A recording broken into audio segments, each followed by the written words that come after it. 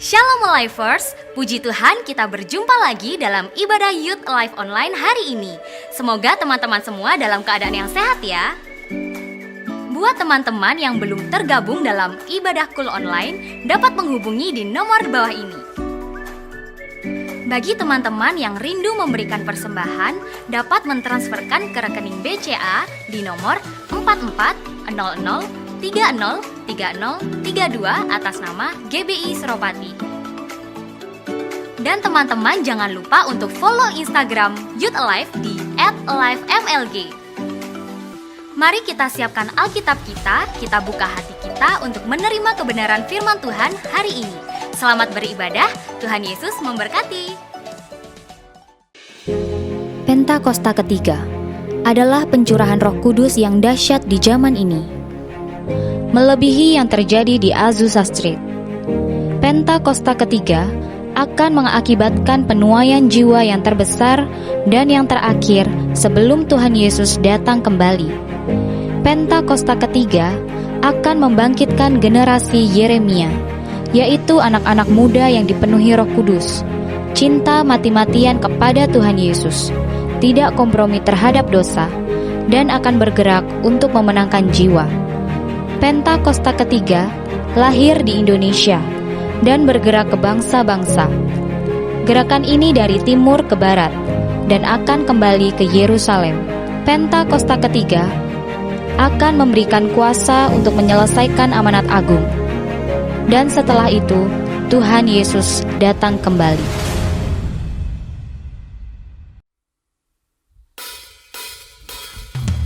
Shalom Alivers, dimanapun saudara berada saat ini, mari bersuka cita lebih lagi, sorakan haleluya.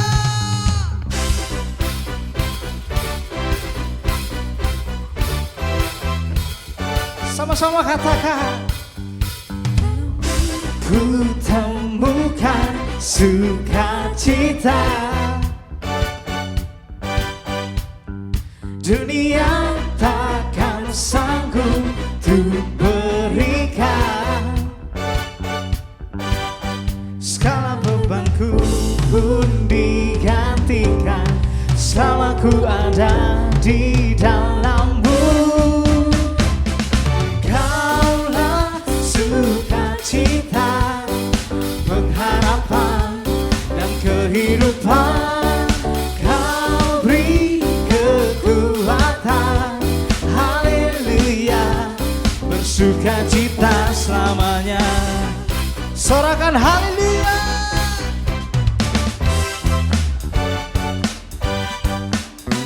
Kau ada mendampingi setiap langkahku. Kau berikan kekuatan, amin. Janjimu yang telah menuliskan, ku punya rancangan yang indah. Kaulah sukacita, pengharapan dan kehidupan. Kau beri kekuatan, haleluya, haleluya. Kaulah sukacita, pengharapan dan kehidupan.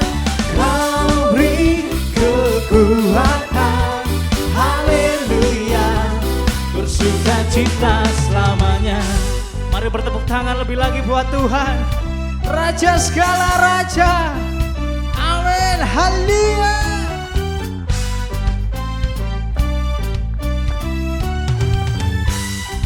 Let's sing it out. Oh, oh, oh, oh, oh. Oh, oh, oh, oh, oh, oh. Oh, oh, oh, oh, oh.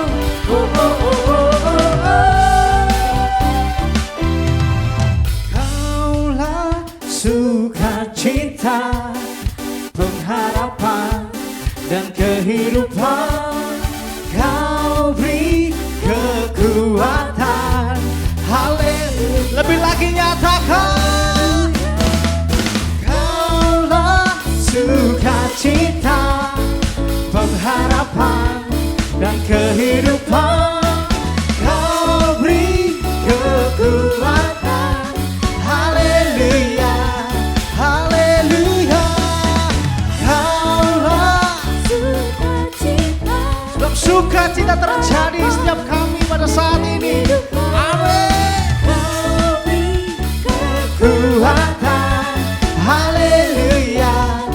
bersukacita. Haleluya, bersukacita selamanya.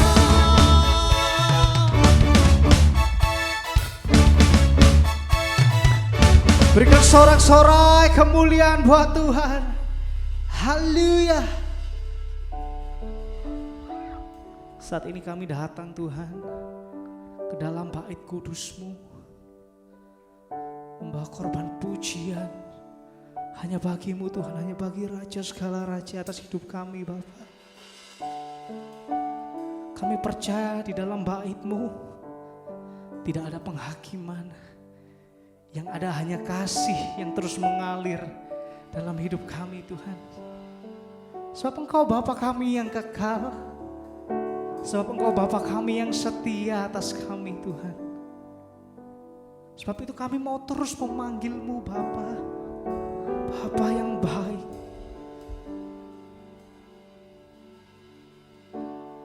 Thank you Jesus.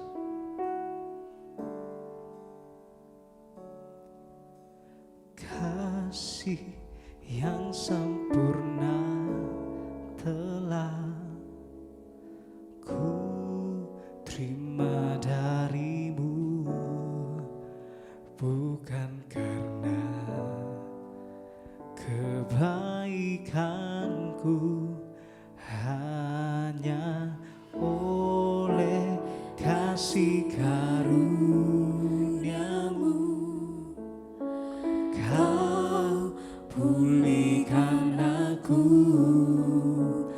layakkanku untuk dapat memanggil-Mu Bapa. Kau beri yang ku pinta, saat ku mencari ku mendapatkan. Ku ketuk pintu-Mu dan Kau bukakan, sebab Kau Bapa-Ku, Bapa yang kekal. Takkan Kau biarkan aku melangkah hanya sendirian. Kau selalu ada bagiku, sebab Kau Bapa-Ku, Bapa yang kekal. Oh, terima kasih Bapa, terima kasih atas kasih-Mu. Mari sama-sama nyatakan. Kasih yang sempurna telah kami terima dari-Mu Tuhan. Ku terima dari-Mu, bukan karena kebaikanku, tapi semua karena kasih karunia-Mu Tuhan. kebaikanku hanya oleh kasih karunia-Mu. Kau pulihkan daku, layakkanku untuk dapat memanggil-Mu Bapa. Kau beri yang ku pinta, saat ku mencari ku mendapatkan. Ku ketuk pintu-Mu dan Kau bukakan, sebab Kau Bapa-Ku, Bapa yang kekal. Takkan Kau biarkan aku melangkah hanya sendirian. Kau selalu ada bagiku, sebab Kau Bapa-Ku. Mari lebih lagi dengan mengangkat tangan sama-sama nyatakan. Kau beri yang ku pinta, Kau memberi saat kami meminta Tuhan. Engkau mengangkat tangan kami, Engkau membawa kami terbang bagi Raja Wali Tuhan. Engkau Bapa yang baik, sebab Engkau Bapa yang setia buat kami Tuhan. Oh Yesus, takkan Kau biarkan aku melangkah hanya sendirian. Kau selalu ada bagiku, sebab Kau Bapa-Ku, Bapa yang kekal. Sebab saat kami gak ada jalan lain, seringkali kami mengeluh, seringkali kami meratap, dan seringkali kami berdoa. Kami minta situasi yang dirubah. Segala situasi yang gak enak Kau rubah Tuhan. Tapi kami percaya Engkau tidak hanya merubah situasi, tapi Engkau mengupgrade kami Tuhan, agar kami bisa bertahan dalam situasi apapun Tuhan. Dalam situasi gak enak pun kami dapat bertahan Tuhan. Sebab kami percaya Engkau Allah yang bersama kami. Sebab kami percaya Engkau adalah Bapa yang kekal Tuhan. Mari saudara yang percaya Engkau punya Bapa yang kekal, angkat kedua tanganmu. Dengan hati, dengan segenap hati, sama-sama nyatakan, Kau beri yang ku pinta, saat ku mencari, amin. mendapatkan. Makasih Tuhan. Ku ketuk pintumu dan Kau bukakan, sebab Kau Bapa-Ku, Bapa Kau Bapa yang kekal. Takkan Kau biarkan aku melangkah hanya sendirian.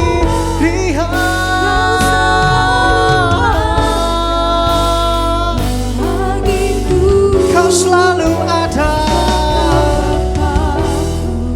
Bapa yang kekal. Sorakan haleluya. Kau beri yang ku pinta, saat ku mencari, ku mendapatkan. Ku ketuk pintumu dan Kau bukakan, sebab Kau Bapa.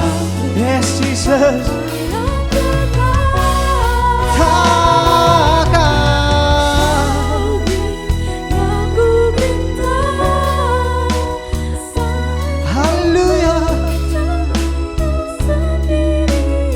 Engkau selalu ada bagi kami Tuhan.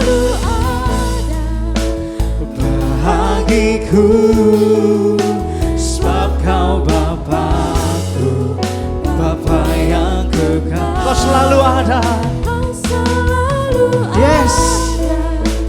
Bagiku, sebab Kau Bapa-Ku, Bapa yang kekal. Kau selalu ada bagiku, sebab Kau Bapa-Ku, Bapa yang kekal. Berikan kemuliaan buat Tuhan. Mari saudara saat ini angkat kedua tanganmu. Mari perlahan sembah Dia.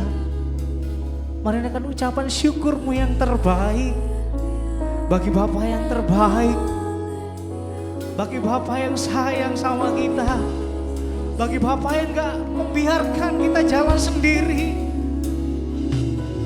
Oh Yesus, Kau penolong kami. Oh, Kau pembimbing kami selamanya.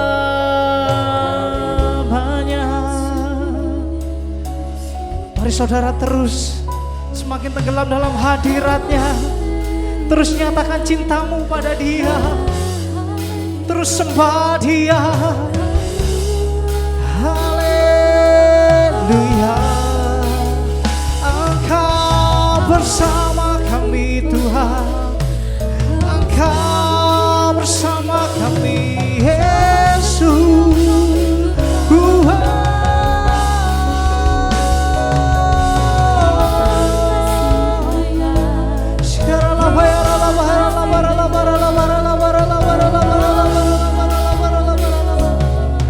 Mari terus sembah Dia. Terus sembah Dia. Kami percaya saat kami mengangkat tangan kami, Engkau turun tangan atas kami. Kuasa-Mu, Roh-Mu bekerja atas kami. Tidak ada yang mustahil bagi-Mu Tuhan.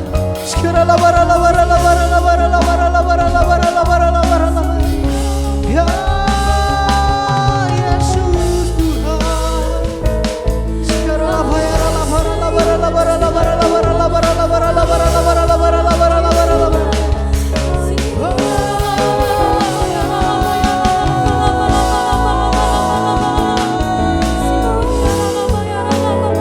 mari sembah Dia dalam dan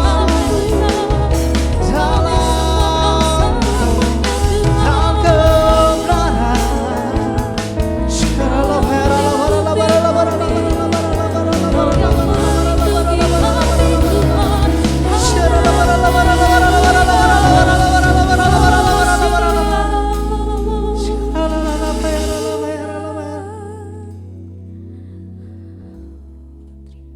Kami hanya perlu Engkau Tuhan. Maafkan kami saat kami menjauh dari-Mu Tuhan. Ampuni kami saat kami tidak menjalankan perintah-perintah-Mu Bapa.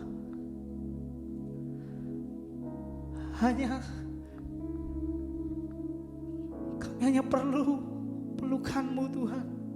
Dekap kami, peluk kami dalam naungan kasih-Mu Tuhan. Hanya itu yang kami rindukan.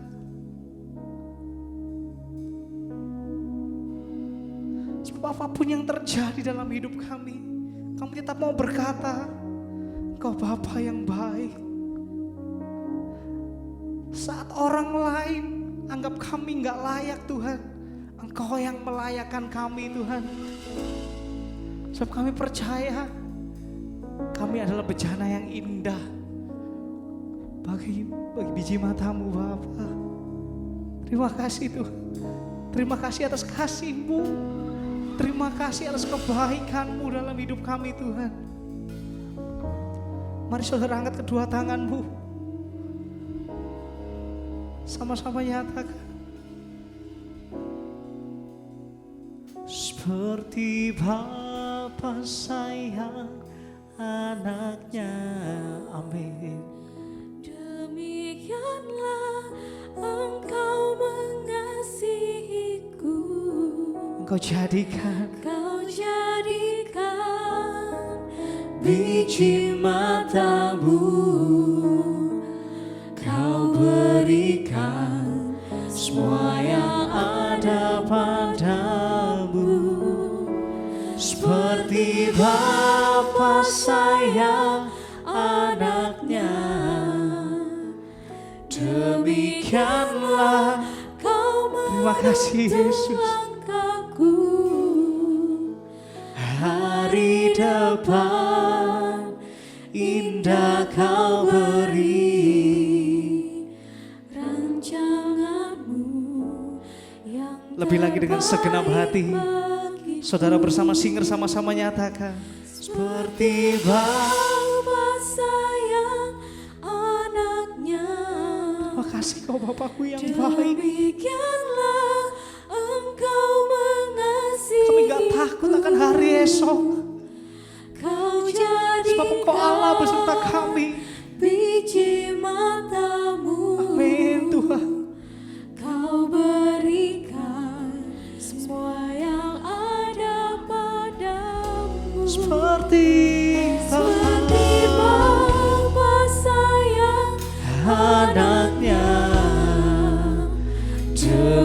Demikianlah kau menuntun langkahku, hari depan indah kau beri,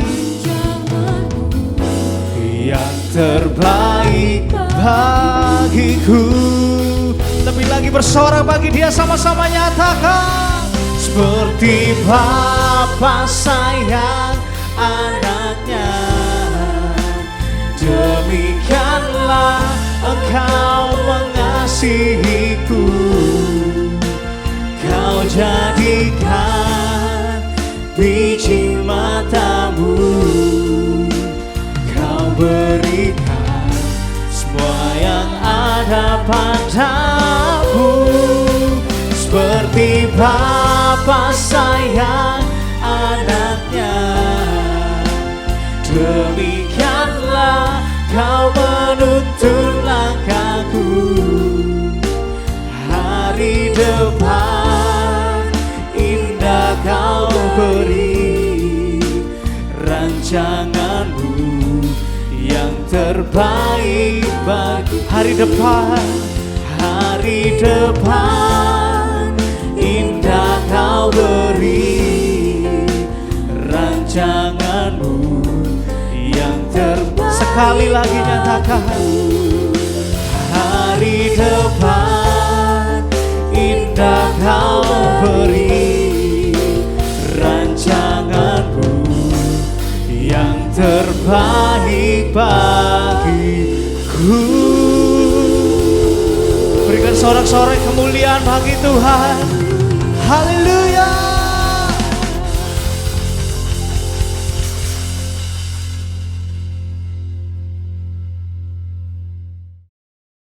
Ya, shalom semua. Apa kabar? Ya, youth yang ada di Malang. Saya bersyukur untuk kesempatan yang indah yang diberikan. Thank you buat Pastor Aven, juga buat Tian yang memberi kesempatan untuk saya boleh share bagi semua jemaat youth yang ada di Kota Malang. Ya, nah mari saat ini sama-sama di dalam waktu yang ada ini, kesempatan anugerah yang Tuhan berikan bagi setiap kita. Mari sama-sama kita boleh membuka hati kita lebar-lebar, pikiran kita untuk diperlengkapi lebih lagi oleh kebenaran firman Tuhan. Dan saya percaya bahwa kuasa firman Tuhan sanggup mengubahkan bahkan menguatkan kita apapun situasi keadaan yang setiap kita sedang alami. Mari saya ajak semua sama-sama kita berdoa di hadapan Tuhan. Tuhan Yesus, terima kasih untuk saat ini. Kami bersyukur untuk anugerah berkat Tuhan yang luar biasa. Kami boleh belajar diperlengkapi oleh firman-Mu saat ini ya Tuhan. Aku berdoa biar urapan dan kuasa Roh Kudus bekerja di setiap dimanapun kami berada, di rumah, di jalan. Aku berdoa biar kuasa-Mu terus menjamah setiap kami. Kami mau buka hati dan pikiran kami untuk biar pewahyuan yang daripada Tuhan bekerja atas setiap kami dan mengubahkan hidup kami untuk kami boleh tambah semakin serupa seperti Kristus. Mari tuntun kami menjadi pelaku-pelaku firman Tuhan. Setelah kami dengar firman Tuhan ini, kami boleh jadi berkat dan jadi saksi bagi banyak orang. Di dalam nama Tuhan Yesus kami berdoa dan mengucap syukur. Semua kita yang siap terima firman Tuhan bersama-sama kita katakan amin. Ya, sekali lagi shalom. Saya menyapa semua saudara yang menonton ya ibadah ini dari Kota Bandung. Saya percaya semua kita ada dalam keadaan yang baik. Nah, saudara kasih Tuhan, saya percaya inilah situasi dan realita yang kita alami bersama-sama di waktu-waktu sekarang ini. Ya, di belahan dunia manapun semua orang menghadapi sebuah realita yang sama. Bahkan menghadapi sebuah ketidakpastian juga yang sama. Itu sebabnya setiap kita sama-sama dipanggil untuk kita kembali. Saya percaya situasi yang tidak enak ini merupakan sebuah calling, bahkan panggilan dari Tuhan untuk sama-sama saudara dan saya untuk datang ya berdoa, memuji, menyembah Tuhan lebih lagi daripada masa-masa yang sebelumnya. Karena saya percaya dan saya sadar ya saudara bahwa kita belum pernah mengalami sebuah ya masa seperti ini. Ya hampir 2 tahun lebih kita boleh mengalami apa yang disebut pandemi COVID dan kita nggak tahu kapan ada ujungnya. Tapi kita bersyukur sekalipun mungkin di tengah-tengah euforia yang ada ketika mungkin bangsa kita saat ini bilang bahwa angka penularan COVID menurun, tapi saya ajak untuk sama-sama kita terus aware, kita waspada, dan bagaimana kita terfokus untuk kita membangun di kedalaman hidup saudara dan saya. Ya, lebih daripada apa yang di luar, yang mungkin seringkali orang bilang tentang satu kata yang namanya pencitraan. Tapi mari sama-sama saat ini kita belajar firman Tuhan untuk sama-sama kita boleh mengejar sebuah sikap yang benar ketika saudara dan saya ada di tengah-tengah ketidakpastian di dalam kehidupan kita hari ini. Ya, nah hal yang pertama yang saya ingin sharing buat setiap kita yang menonton, yang mengikuti ibadah online pada saat ini. Yang pertama, mari sama-sama kita sadari bahwa kita ini hidup harus mengejar sesuatu yang pasti. Di tengah-tengah ketidakpastian, ya, kalau zaman dulu kita bisa beberapa waktu yang lalu lah dikatakan sebelum kita mengalami pandemi COVID, ya orang bisa prediksi banyak hal di dalam kehidupannya. Ya, dalam dunia usaha, ya kita yang kuliah, yang sekolah, kita bisa prediksi. Tapi sampai hari ini kita dibawa di dalam satu situasi yang tidak pasti. Di mana saudara pun istilahnya mungkin sekarang untuk onsite mesti daftar dulu. Ya, apakah itu bisa berjalan lama kita juga belum tahu. Ya, apakah kita sekarang berjalan dalam moda online, dalam kita kuliah, dalam kita sekolah, apakah bisa berjalan lama, apakah hasilnya bisa sama seperti pada waktu onsite juga orang nggak tahu. Dan semua orang tua pun mengalami keluhan yang sama pada waktu melihat situasi dan kondisi anak-anaknya pada waktu dia sekolah. Ada orang yang bilang bahwa Pak, kalau sekolah online itu gampang banget, memang gampang sebenarnya. Tapi ada juga orang yang gagal dalam sekolah online, bisa sampai gak naik kelas juga. Nah, di tengah-tengah realita yang saudara dan saya alami di waktu-waktu sekarang ini, marilah kita kejar sesuatu yang pasti dalam hidup saudara dan saya. Dan tidak ada sesuatu yang kekal dalam dunia ini selain saudara dan saya percaya dan bahkan berharap sama Tuhan Yesus. Sekalipun mungkin implementasinya, manifestasinya orang seringkali bilang, Pak saya ini udah berdoa. Ya Pak saya ini udah saat teduh. Ya Tian mungkin bilang ayo semua member dari youth yang ada di GBI Suropati, ayo semua wajib saat teduh. Zaman saya dulu saya harus kumpulkan buku saat teduh, harus bangun jam sekian, jam sekian. Saya nggak tahu metode apa yang mungkin Kak Tian pakai. Ya, tapi semua orang pasti punya dasar, punya alasan bahwa Pak saya udah berdoa, saya udah memuji, menyembah Tuhan. Pak saya udah melakukan banyak hal kegiatan rohani, saya ikuti semua yang ada di dalam gereja. Dan itu bukan sesuatu yang salah. Tapi mari setiap kita sama-sama menyadari bahwa ternyata kita perlu mengalami perjumpaan lebih daripada sekedar kewajiban yang mungkin saudara dan saya bisa lakukan. Sekali lagi, bukan salah apa yang mungkin saudara sudah lakukan. Tapi perjumpaan pribadi dengan Tuhan di dalam hari-hari saudara, di dalam kita menjalani kegiatan setiap kita, hubungan dan komunikasi yang tidak pernah terputus, justru itu yang menjadi kekuatan, bahkan fondasi untuk kita kuat menjalani kehidupan saudara dan saya. Banyak orang baca Alkitab, ya banyak orang mungkin menjalankan kewajiban ibadah agamawinya tapi tanpa percaya dan tanpa betul-betul punya keyakinan sungguh kepada Tuhan. Bisa sekali. Itu sebabnya makanya dalam kitab Yakobus pasal pertama dalam ayat yang kedua, ya kitab Yakobus pasal yang pertama dalam ayat yang kedua, mengatakan dengan jelas, saudara-saudaraku anggaplah sebagai sebuah suatu kebahagiaan apabila kamu jatuh ke dalam berbagai-bagai pencobaan. Nggak ada orang suka jatuh di dalam pencobaan. Sekali lagi, nggak ada juga orang suka jatuh lagi jalan, jatuh sampai terluka, sampai ngalamin cedera yang parah, nggak ada orang suka. Ya, karena memang kita menyadari bahwa namanya jatuh itu sakit sekali. Ya, yang namanya luka itu nggak enak banget. Yang namanya sakit itu merugikan sekali. Tapi ternyata Alkitab dengan jelas mengatakan bahwa ternyata dikatakan begini, adalah sebuah kebahagiaan. Anggaplah sebagai sebuah kebahagiaan, sebuah berkat pada waktu kita mengalami sesuatu yang namanya pencobaan. Sekali lagi saya ulang, gak ada orang suka sama sesuatu yang namanya masalah dalam hidup. Gak ada orang bilang sama saya, Pak Alex, ya, saya mau bikin syukuran 7 hari 7 malam karena saya ngalamin masalah yang besar, saya ngalamin kebangkrutan dalam usaha saya, kagak ada. Tapi orang begitu mungkin kelahiran, ngalamin berkat yang banyak, mungkin ngalamin ya istilahnya ya ngalamin sebuah satu namanya berkat yang luar biasa, dia syukuran wajar banget. Karena itu sama-sama kita lihat kenapa justru dikatakan dengan jelas Yakobus mengatakan bahwa ternyata begini, bahagia loh pada waktu kita berjumpa dengan sebuah realita kehidupan. Nah, kata pencobaan dalam bahasa aslinya ditulis dengan kata parismas yang punya arti jelas bahwa ternyata begini, tekanan dari luar itu memunculkan kemurnian yang dari dalam.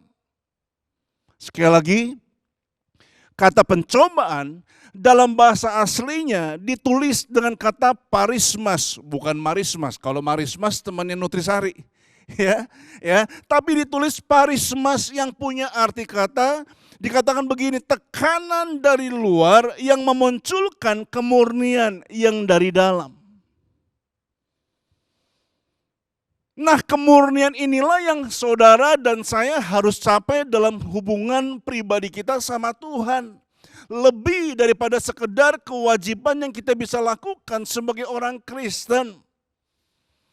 Kemurnian inilah yang harus muncul dalam saudara, sebuah keyakinan penuh bahwa ternyata begini, Tuhan saya Tuhan yang luar biasa. Apapun masalah yang saya alami, pergumulan apapun yang sedang kita jalankan, kita yakin Tuhan pasti tolong. Itu murni. Ya, sementara banyak orang dikatakan menimpa, saya percaya kok Tuhan itu luar biasa, saya yakin kok Tuhan luar biasa, tapi itu di mulut, dalam hati dia ragu juga, kira-kira Tuhan tolong gak ya? Ya, Tuhan sanggup gak berikan saya jalan keluar? Bahkan ketika besoknya kita mengharapkan mujizat, gak datang juga tuh. Makanya kemurnian ini artinya betul-betul sebuah ketulusan yang paling dalam akan keyakinan yang penuh akan Tuhan yang saudara sembah, yaitu Yesus Tuhan. Ya, dan inilah yang saya percaya dibuktikan sama Paulus, seorang yang luar biasa, ketika dia menuliskan dalam kitab 1 Korintus pasal 10 dalam ayat ke-13 bagian B, yang berkata begini, ketika dia bilang bahwa pencobaan yang manusia alami adalah pencobaan yang umum, lazim dan wajar terjadi, Paulus bilang dengan jelas, sebab Allah itu setia. Wow, bagi saya. Ya, kalau Bapak Saudara kalau saudara melihat dalam 7 pasal sebelumnya, 6 pasal atau 7 pasal, dalam pasal yang keempat Paulus cerita bagaimana dia ngalamin apa yang namanya dilempar batu. Paulus cerita bagaimana dia mengalami apa yang namanya difitnah orang. Paulus ngalamin apa yang namanya mungkin istilahnya ya dipermalukan, terkatung-katung di tengah lautan, dan ada banyak pencobaan yang Paulus alami di dalam sepanjang pelayanannya. Ya, dan di 6 pasal kemudian dengan yakin Paulus bilang begini, sebab Allah setia. Sekali lagi saya ulang, sebab Allah itu setia. Saudara, inilah sebuah kemurnian ketulusan yang Paulus punya dalam hatinya, bahwa dia yakin dan dia mengalami betul bahwa terjadi begini, iya ya. Sekalipun saya dilempar batu masih hidup. Sekalipun saya terkatung-katung di tengah lautan, sekalipun saya mengalami kelaparan, kehausan, telanjang, difitnah, dipermalukan. Saya masih dikasih kekuatan, hari ini saya masih bisa berdiri. Sebab Allah setia dan karena itu ia tidak akan membiarkan saudara dan saya dicobai melampaui kekuatanmu. Sekali lagi, memang ini tidak mudah. Ya, tapi inilah sebuah sikap yang memang saudara dan saya harus hadapi. Sebuah sikap yang positif. Sebuah sikap yang murni. Sebuah sikap yang yakin bahwa ternyata begini, Tuhan itu setia. Nggak akan pernah tinggalin saudara. Ya kalau sampai mungkin hari ini saudara mulai ragu dan mulai bimbang bahwa Tuhan tuh ada nggak ya? Ya, apalagi mungkin saudara mengalami langsung COVID, saudara mengalami langsung dampak ekonominya, saudara mengalami dampak langsung dari segala sesuatu yang tidak pasti di hari-hari ini. Saudara mungkin sedang ragu. Saudara mungkin sedang bertanya, Tuhan tuh ada nggak ya? Ya kok hidup saya gini-gini terus, hidup saya gini-gini terus. Tapi marilah kita belajar menjadi pribadi seperti Paulus dan banyak contoh dari nabi-nabi lain yang betul-betul mempertahankan imannya sekalipun dia tidak mengalami janji Tuhan, sekalipun mungkin dia mengalami apa yang namanya pencobaan dalam kehidupannya, sekalipun mungkin dia mengalami masa-masa yang sulit, mereka tetap mempertahankan iman percayanya sama Tuhan. Kekuatan, kepintaran, semua pengalaman yang kita andalkan, ya kehebatan, jabatan, ya keahlian, harta yang saudara punya, ya bahkan segala sesuatu yang terjadi dalam masalah kita, keluarga, pribadi, masalah ekonomi, punya tujuan hanya untuk membawa saudara dan saya untuk menempatkan rasa aman kita dan percaya kita hanya sama Tuhan. Ya, saya percaya saudara yang menonton ibadah ini mengatakan amin karena kita sadar betul bahwa ternyata kita dipaksa mungkin atau mungkin bahasa yang lebih lemah setengah dipaksa untuk kita semakin mendekatkan diri kita sama Tuhan. Karena memang Alkitab pun sudah menjelaskan dalam 2 Timotius pasal yang ketiga dalam ayat pertama dengan jelas bahwa akhir zaman, masa-masa akhir akan muncul satu masa yang sukar. Dengan beberapa dampak yang lainnya, orang mulai mencintai uang, orang mulai mencintai dirinya sendiri, orang mulai mengecilkan arti tentang ibadah dan berapa banyak sampai hari ini orang rasanya begini, Pak, pokoknya ibadah mau pakai gaya apapun bisa zaman sekarang. Ya. Sebagai pekerja, sebagai hamba Tuhan, mungkin sekarang nilai dari ibadah rasanya udah mulai menurun dibanding zaman-zaman sebelumnya. Tapi justru inilah waktu pengujian tadi yang saya sampaikan bahwa ternyata kita harus mengejar dan mengerti betul sesuatu yang pasti dalam hidup saudara. Yaitu apa yang Yesus mau untuk kita lakukan di waktu atau sekarang ini. Apakah memang kita terus masih bisa berfungsi enggak? Apakah memang kita menjadi pribadi yang produktif enggak di hadapan Tuhan? Atau kita hanya sekedar menjalankan sebuah kewajiban daripada kewajiban agamawi kita?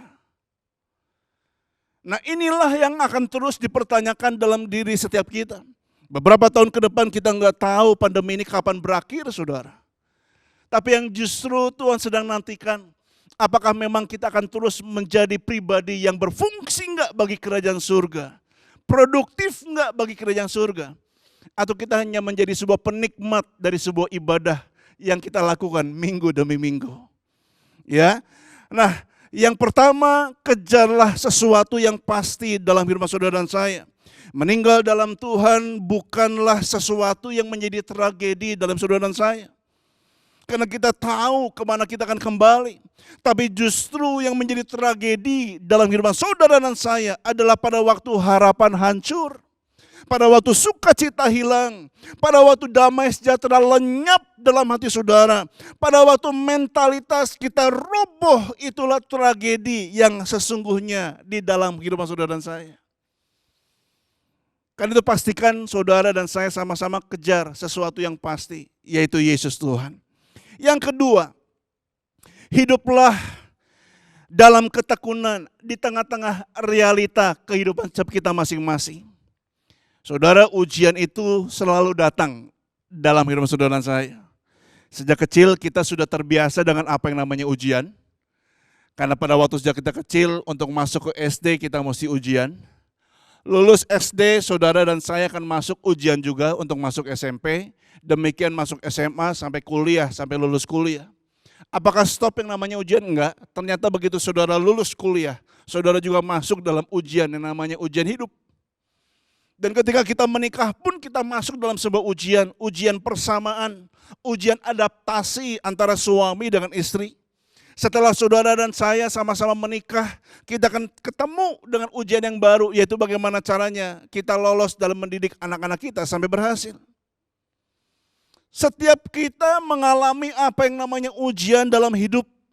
Tapi pertanyaannya adalah saudara dan saya, apakah kita bisa lolos di tengah-tengah ujian yang terjadi dalam saudara dan saya? Nah, hidup itu sampai hari ini bahkan ke depan kita akan menjumpai begitu banyak ujian realita hidup. Itu sebabnya makanya Yakobus pasal pertama ayat ketiga sampai dengan ayat yang keempat. Yakobus pasal pertama ayat ketiga sampai dengan ayat keempat mengatakan dengan jelas, kamu tahu bahwa ujian terhadap imanmu menghasilkan satu yang namanya apa? Tekun. Bayangkan kalau ternyata kita nggak ngalamin ujian, kita nggak punya sebuah mentalitas yang namanya tekun dalam hidup saudara dan saya.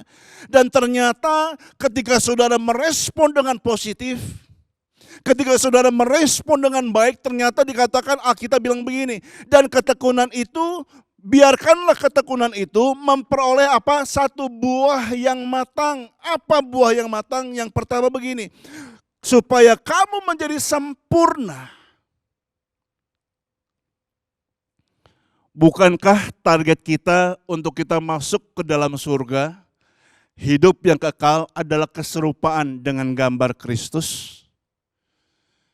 Bukankah kita beribadah sebenarnya kita sedang difokuskan, kita sedang diperbaiki untuk kita semakin serupa dengan Kristus?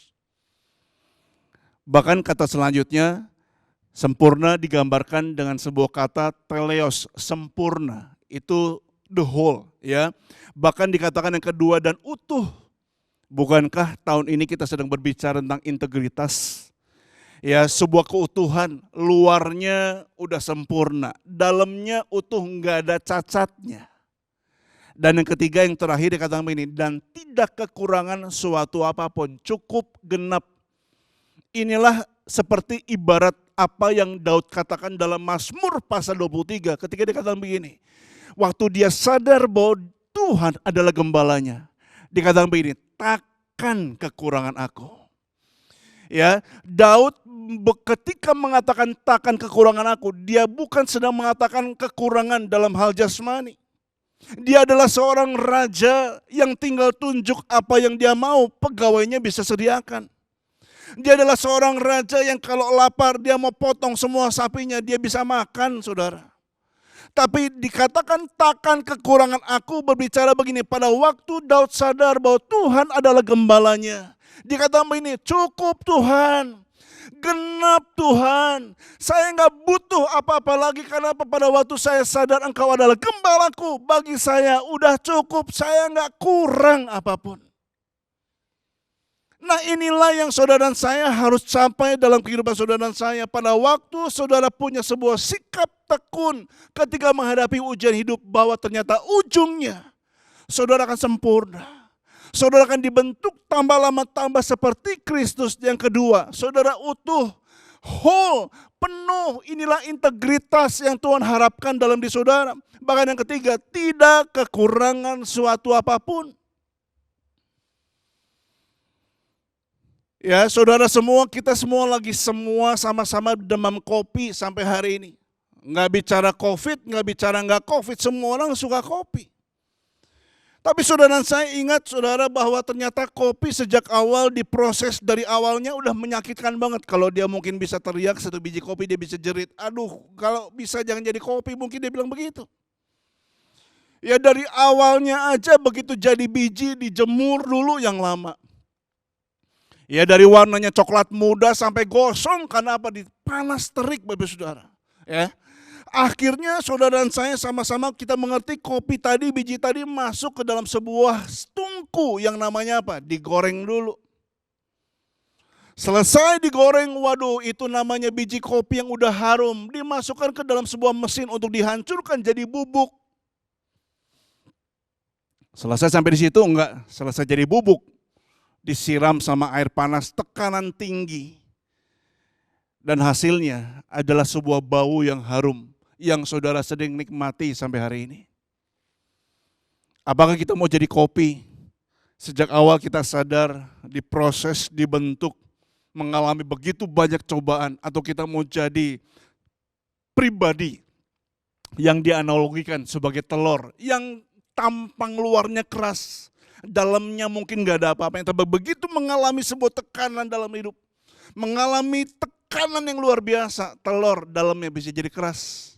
Itu namanya telur matang. Ada juga wortel yang tampak luarnya keras, kalau telur luarnya rapuh, tapi wortel luarnya keras, tapi begitu masuk air panas jadi lembek. Sama-sama gak punya iman, sama-sama rapuh juga. Tapi jadilah kopi yang begitu diseduh air panas, menghasilkan harum yang luar biasa. Pertanyaannya, apakah saudara sampai hari ini, hidup kita memberikan rasa harum bagi orang sekitar saudara dan saya? Atau kita pikir yang penting Pak harum itu dicium sama saya aja lah, gak perlu jadi dampak buat orang lain. Hidup saya mau gini terus ya gini aja, mau sampai kapanpun saya gak tahu ya gini aja. Atau kita masih berpikir, saya harus berfungsi bagi kerajaan surga. Saya harus jadi berkat buat banyak orang. Hidup saya harus menjadi kesaksian bagi banyak orang, lebih dari apa yang saya bisa bayangkan. Yang ketiga, yang terakhir, hiduplah menjadi pengelola atas apa yang Tuhan percayakan bagi saudara dan saya. Ya, saudara, ini yang penting sama-sama untuk kita bisa mengerti di tengah-tengah segala sesuatu yang tidak pasti. Tetap berfungsi menjadi pengelola apa yang Tuhan percayakan di dalam hidup saudara dan saya. Ya, keluarga, kita sebagai mahasiswa, kita sebagai seorang murid, kita sebagai seorang hamba Tuhan, kita sebagai karyawan, kita sebagai apapun, ingatlah bahwa kita adalah pengelola dari segala sesuatu yang Tuhan titipkan dalam diri saudara dan saya.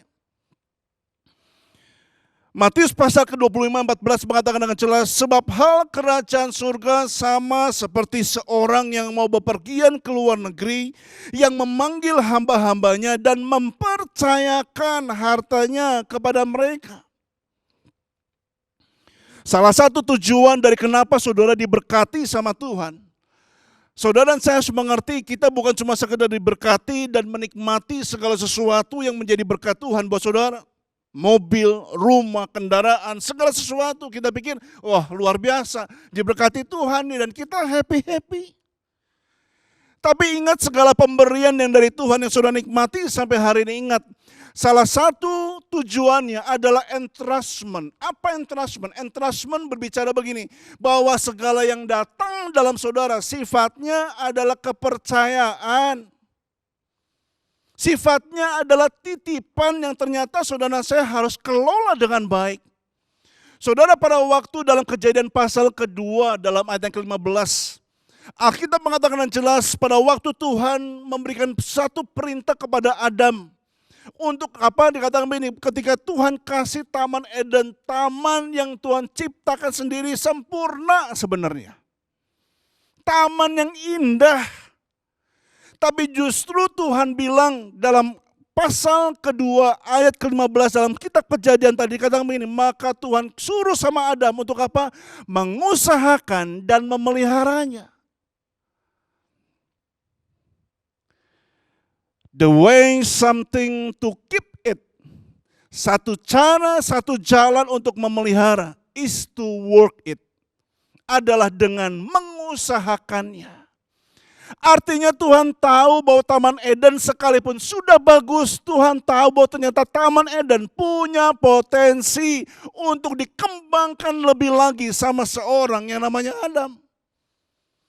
Itulah sebabnya makanya ada kata mengusahakan dan memeliharanya. Bagaimana cara saudara memelihara apa yang Tuhan percayakan dalam hidup saudara dan saya? Adalah dengan kita mengusahakannya. Dengan kata lain kita mengembangkan apa yang sudah Tuhan percayakan dalam diri saudara dan saya. Makanya kalau kita tidak menjadi pribadi yang bisa mengelola harta yang Tuhan percayakan dalam diri saudara dan saya. Jangan sampai kita menjadi seperti seorang hamba yang diberikan 1 talenta, kita tanam di dalam tanah dan kita bilang, Tuhan jahat sih. Ya, Tuhan minta hasil dari apa yang Tuhan tidak bisa beri sama kita. Kita langsung marah sama Tuhan, kenapa justru orang lain dapat A? Kenapa justru orang lain dapat B? Kita membandingkan orang lain dengan diri kita sendiri. Tapi justru kita belajar masing-masing orang diberikan kesanggupan masing-masing. Ya, nah karena itu saudara yang kasih Tuhan, mari sama-sama kita pelajari, ingat kembali. Saya ingat dan tidak akan pernah lupa sebuah tragedi tahun 2001. Ketika 2 menara kembar dijatuhkan oleh teroris, di mana orang Amerika bilang, oh ini negara aman, tidak mungkin bisa diterobos sama teroris. Tapi 2 pesawat dihantamkan ke dalam 2 menara kembar WTC tahun 2001, tanggal 11 September. Dan ini menjadi sebuah peristiwa yang tidak akan pernah dilupakan oleh seluruh orang Amerika. Tapi seorang bernama Billy Graham berdiri pada waktu dibuat sebuah talk show dalam acara itu. Ketika agama mulai diserang, ketika agama mulai diragukan, ketika agama mulai diremehkan, Billy Graham berdiri dengan jelas. Kenapa justru kalian melupakan Tuhan di negara ini? Doa kalian larang, baca Alkitab kalian larang. Semua apa yang menjadi kebenaran firman Tuhan, kamu legalkan. Perceraian, aborsi, di mana Tuhan kamu tempatkan? Sementara saat kalian mengalami bencana, kamu tanya, di mana Tuhan? Saudara, ingat kembali, hidup ini bicara kepercayaan dari Tuhan. Tuhan mempercayakan dirinya kepada saudara untuk kita maintain segala sesuatu yang Tuhan anugerahkan dalam doa kita, dalam penyembahan kita, dalam pembacaan firman Tuhan kita, dalam segala sesuatu yang Tuhan percayakan. Jadilah pribadi yang bisa dipercaya untuk mengelola hartanya Tuhan. Roh Kudus adalah anugerah terbesar yang saudara dan saya nikmati sampai hari ini. Tuhan mewartakan dirinya, Tuhan menyatakan dirinya bagi saudara. Karena itu respon dengan baik. Dan kita belajar saat ini 3 sikap yang saya sudah sampaikan kepada saudara. Yang pertama, kejarlah Tuhan di tengah-tengah segala sesuatu yang tidak pasti. Yang kedua, tekunlah menghadapi segala realita hidup. Sekalipun rasanya susah, sekalipun mungkin rasanya sulit, tapi miliknya sebuah mentalitas tekun untuk kita bisa menyelesaikan segala sesuatunya dengan baik. Bahkan yang ketiga, hiduplah menjadi pengelola daripada segala miliknya Tuhan di tengah-tengah dunia ini. Ya, supaya jangan sampai pada waktu Tuhan datang nanti, kita kedapatan tidak bisa dipercaya dalam segala sesuatu yang Tuhan berikan bagi saudara dan saya. Ya, karena itu mari sama-sama saudara kita berdoa di hadapan Tuhan. Saya berdoa supaya sungguh-sungguh apa yang kita dengar pada saat ini, itu terus boleh menjadi sebuah pewahyuan penting bagi saudara. Dan kita mau mengambil keputusan untuk merubah hidup kita yang salah di hadapan Tuhan. Mari sama-sama kita berdoa. Tuhan Yesus, thank you. Terima kasih kami sudah dengar firman Tuhan, kami sudah diperbaharui, kami sudah diperlengkapi oleh kuasa firman-Mu. Hamba berdoa, mari kuasa Roh Kudus menjamah setiap mereka yang menonton di rumah, di jalan, dimanapun kami berada. Kuasa-Mu menjamah mereka yang ragu, mereka yang putus asa. Tuhan kuatkan kembali untuk setiap mereka berharap, percaya, yakin dengan tulus dan murni kepada Tuhan. Mereka sedang mengalami pencobaan dalam hidup, yang saat ini sedang mengalami tekanan. Tuhan tolong mereka, berikan kekuatan mentalitas surgawi turun bagi mereka saat ini dalam nama Tuhan Yesus. Bahkan setiap kami disadarkan untuk kami terus boleh mengelola segala kepercayaan yang Tuhan beri bagi setiap kami.